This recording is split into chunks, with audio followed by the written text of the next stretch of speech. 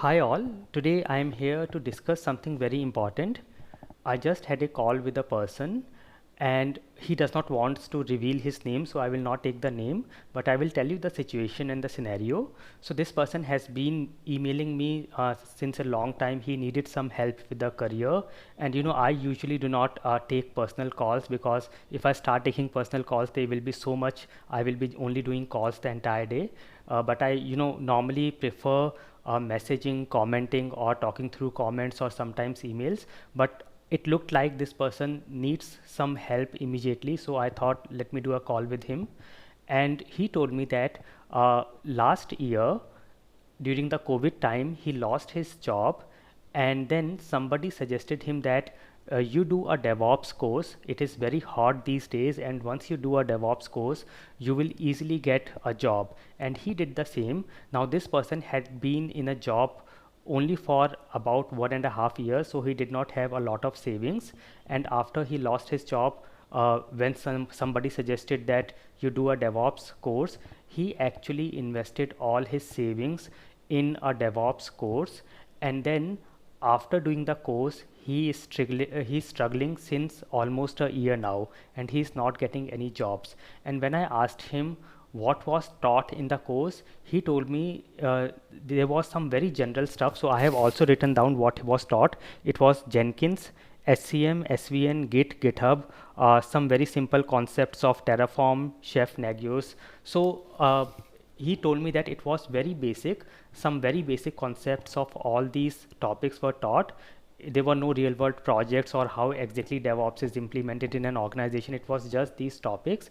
And then after that he has been struggling. Now the first thing is, I will also tell you what happened next, but before that let me tell you that if you are facing some similar issues, and if you want to do any course on DevOps or any other topics, there are lots of free tutorials available today. So please try to check them first. I have nothing against paid tutorials, but I am saying that please try to check them first and see if you exactly are getting something more than what is already available in any of the paid courses. Because today I see everyone is providing all these trainings and courses, but then you have to see the content, what is actually being provided, and then you can see what you are getting in the free tutorials. You can go to Udemy, you can go to YouTube, you will see so many courses there. So first check them out, and then you decide exactly how you want to go about it. So just don't invest so much of money, because he told me that it was the course costed him over 50K, and then he was taught some very simple general stuff that is all available online for free. So just check the content, just see what you really want to do. That is the first thing. The second thing is, he told me that so his situation was, after he passed out, for about a year he was not doing a proper regular job. He was doing something part time due to some situation, and then for 1.5 years he was in a job. Then he lost his job during the COVID times, and after that he did this training, he did this course.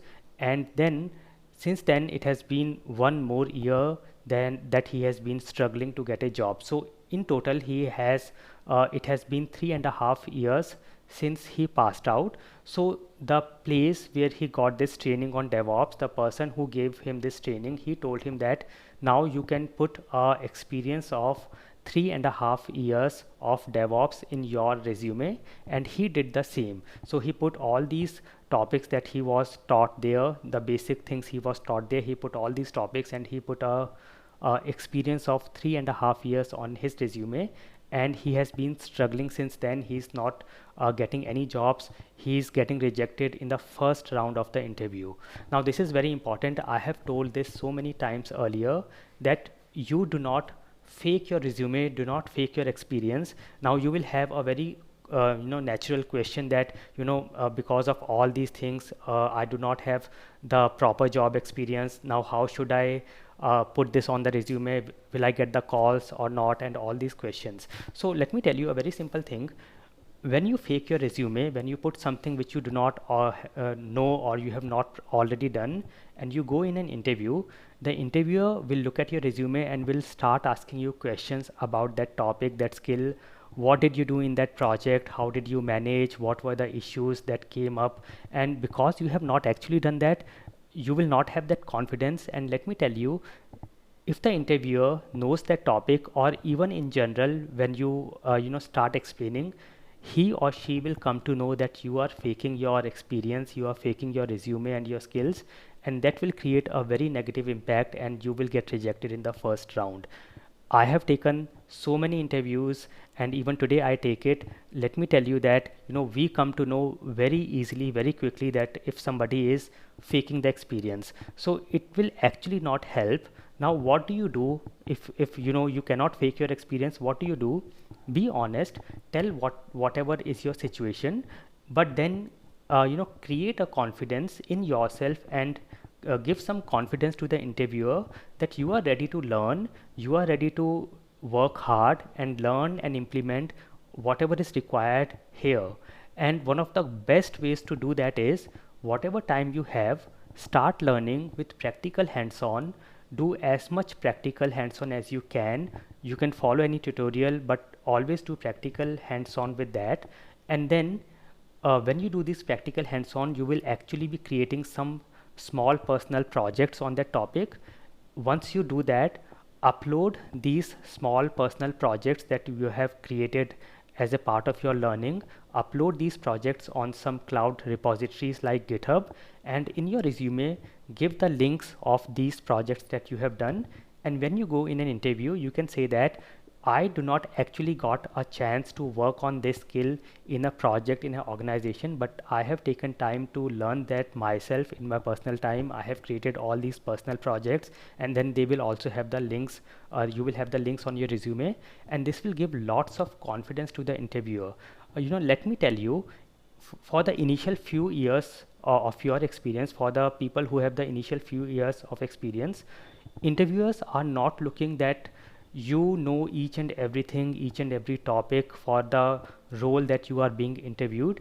We are mostly looking at the person should be honest, and he should be ready to learn, he should be ready to work hard, he or she should be ready to work hard, and should be ready to implement his learnings or whatever is required in that job. And if you can create that confidence, let me tell you, you will have much higher chances to go to the next round and get selected, instead of if you fake your resume.